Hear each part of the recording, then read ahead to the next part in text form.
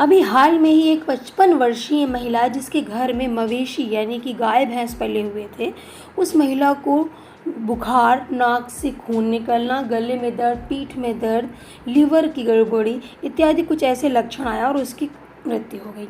ठीक इसी तरह के लक्षणों के साथ में एक श्रमिक जिसकी उम्र 39 साल थी और उसके घर में भी गाय और भैंस पली हुई थी, उनकी मृत्यु हो गई। तो केस रिपोर्ट के ज़रिए एक जूनोटिक डिजीज़ के बारे में डिस्कस करूंगी। जूनोटिक डिजीज़ वो होती हैं जो मनुष्य से पशुओं में और पशुओं से मनुष्यों में ट्रांसफ़र होती हैं। नाम है नोज़ ब्लीड फीवर या क्रीमियन कॉन्गो हेमोरेजिक फीवर या फिर इसको टिक फीवर भी कहते हैं। नोज़ ब्लीड फीवर ने इराक में तहलका मचा रखा है। इंडिया में भी इसके 2 केस देखने को सामने आए हैं। आइए डिस्कस करते हैं क्या है ये नोज़ ब्लीड फीवर। इस बीमारी से की मृत्यु दर लगभग 10 से 40% तक है। टिक्स जो कि पशुओं के शरीर पे चिपके रहते हैं, जिन्हें कलीले भी कहते हैं, यह कलीले पशुओं को काटते हैं और यह नीरोवायरस टिक्स के अंदर आ जाता है और यह टिक जब दूसरे पशु को काटता है तो यह वायरस दूसरे पशु में चला जाता है। इस तरह से टिक, पशु और टिक एक चक्र बना रहता है जो कि समय के साथ नज़रअंदाज हो जाता है। लेकिन जब यह टिक किसी मनुष्य को काटता है तब यह नीरोवायरस उस मनुष्य में ट्रांसफ़र हो जाता है और मनुष्य को संक्रमित कर जाता है। अब बात करते हैं कौन से मनुष्य इन्फेक्टेड होते हैं। अधिकतर वह ह्यूमंस जो कि पशुओं के कार्यों में लगे रहते हैं वो सबसे ज़्यादा इन्फेक्टेड होते हैं, या फिर स्लॉटर हाउस में काम करने वाले, या वेटरनरी ऑफिसर, या फिर इन्फेक्टेड नीडल्स के द्वारा अगर कोई ह्यूमन इन्फेक्टेड है और इन्फेक्टेड नीडल का उपयोग दोबारा से किसी हेल्दी मनुष्य में किया जा रहा है तो उसमें भी यह रोग ट्रांसफ़र हो जाता है।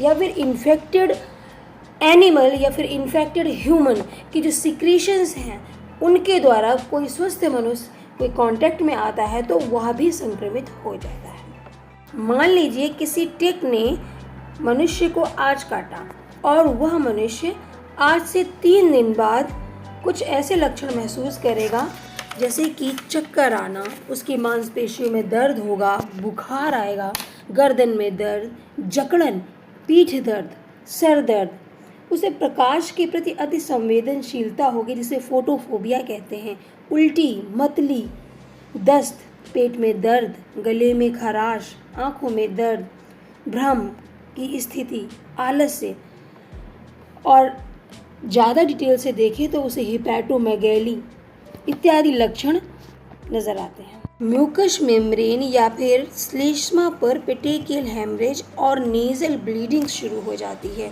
किडनी फंक्शन डिस्टर्ब हो जाता है और बीमारी के लगभग 2 हफ्ते के बाद उस मनुष्य की डेथ हो जाती है। यदि रिकवरी शुरू होती है या मनुष्य उस लड़ाई से विजय प्राप्त कर लेता है तो लगभग 90 दिन से रिकवरी इस बीमारी से शुरू हो जाती है। बात करते हैं इस बीमारी के रोकथाम के विषय में अधिकतर यह बीमारी नज़रअंदाज ही हो जाती है क्योंकि टिक्स बहुतायत में पाए जाते हैं। तो सबसे पहला कंट्रोल यही है कि पशुओं में हम टिक्स को कंट्रोल करें और एक्केरीसाइड्स जो कि टिक मारने की दवा है उसका यूज किया जाए।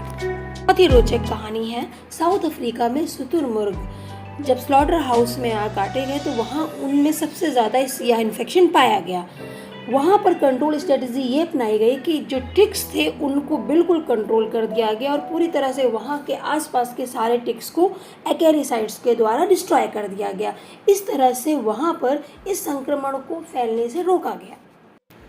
सबसे महत्वपूर्ण बात यह है कि क्रीमियन कॉन्गो हेमोरेजिक फीवर या नोज़ ब्लीड फीवर की कोई भी वैक्सीन नहीं है, इसलिए पब्लिक के बीच में इस बीमारी की अवेयरनेस और जानकारी को बढ़ावा देना ही सबसे महत्वपूर्ण है।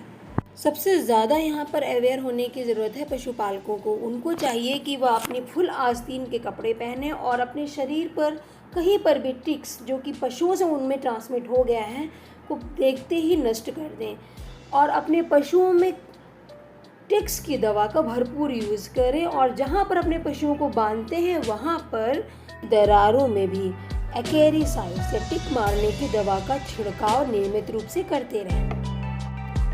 एंड में मैं यही कहूँगी कि जानकारी ही बचाव है। सुरक्षित रहें, सेफ रहें।